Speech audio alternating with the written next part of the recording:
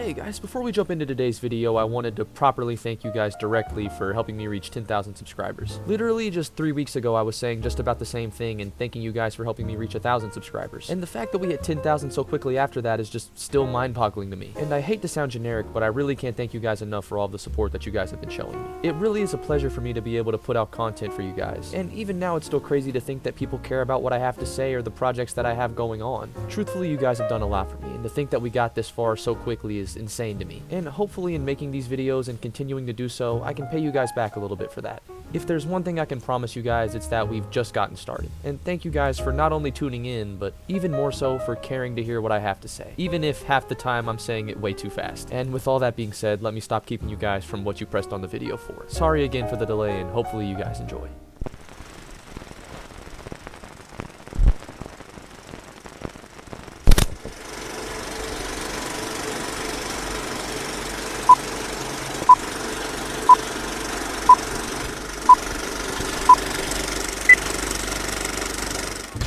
As with all fire, we must know when the fire is worth shoot to kill.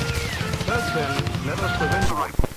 Sight it up to 2,000 yards. But normally fire should not be opened above 600 unless the target is extremely favorable. The shorter the range, the greater the accuracy. Shoot to kill.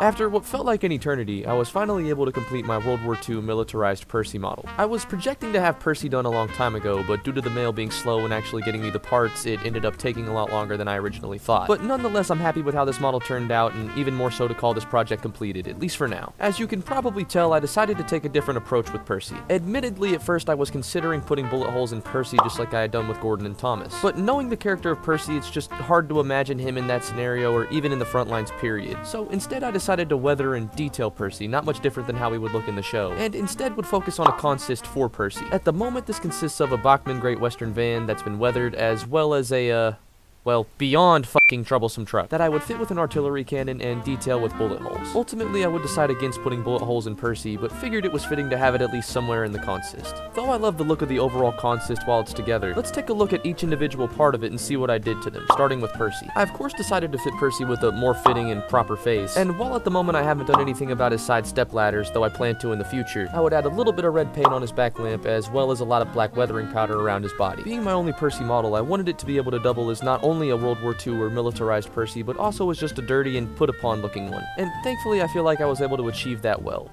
Next, I would move on to the Great Western Van, and with this one there's not really a lot to talk about. The completion of the Great Western Van would overall be pretty easy. All I would do was take a paintbrush and some black weathering powder and work it between the planks of wood. I considered putting bullet holes in the van as well, but would overall decide against it, as just like Percy, I wanted it to be able to double as a standard or a militarized feature. And lastly, and most importantly, what really makes this the militarized consist it is the troublesome truck that I've made here. In real life, a cannon that large would probably crush a plank wagon, but we're not going for realism anymore, boys. Of course, I would fit the troublesome truck with bullet holes on either side, as well as a couple other small details. For example, this little brake wheel that I would add to the back of it. I imagine if there were ever to be a wagon like this in real life, it would probably be pretty heavy and need a braking system of its own. Not the most realistic detail, but a fun one nonetheless. I would follow the wagon around its sides with a mix of black and rustic brown weathering powder. I would add a little bit of powder on the face and in some areas weather up the gun as well, and would place little spare and scrap parts inside of it. At the moment, just being 2 little red wheels as well as a US Army ammo crate box. I would prefer if it said Royal Artillery or something like that, but for the moment it'll do. Coupling them all together then completes the mobile AA gun. The cannon in the back is movable and does rotate about 180 degrees, but for running purposes I prefer to keep it stationary.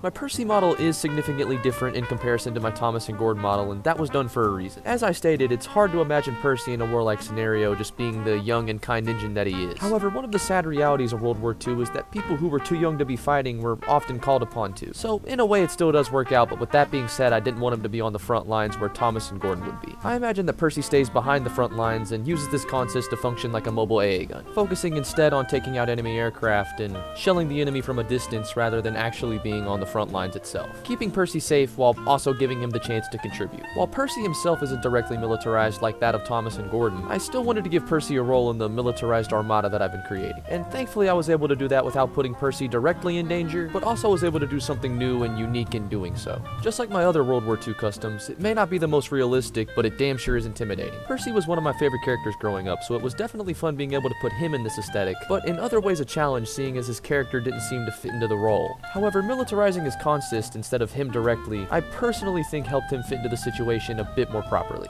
I'm quite happy with how this Percy model turned out, and at this rate, it's kind of impossible to stop, so let me know who you guys would like to see next. A lot of people have recommended me to do a James, and that is my favorite character, so I have been thinking about it. However, I'm still stuck on who and what the next model exactly will be. So, on the chance you guys have any ideas or anything like that, be sure to comment down below and let me know. Again, I would like to apologize for how long this model took me to finish. The post and waiting for the parts for it kinda had this project stuck in the water for a little bit, but I'm happy to finally call Percy and his militarization, at least for now, completed. Hopefully it was worth the wait, and thank you guys for watching.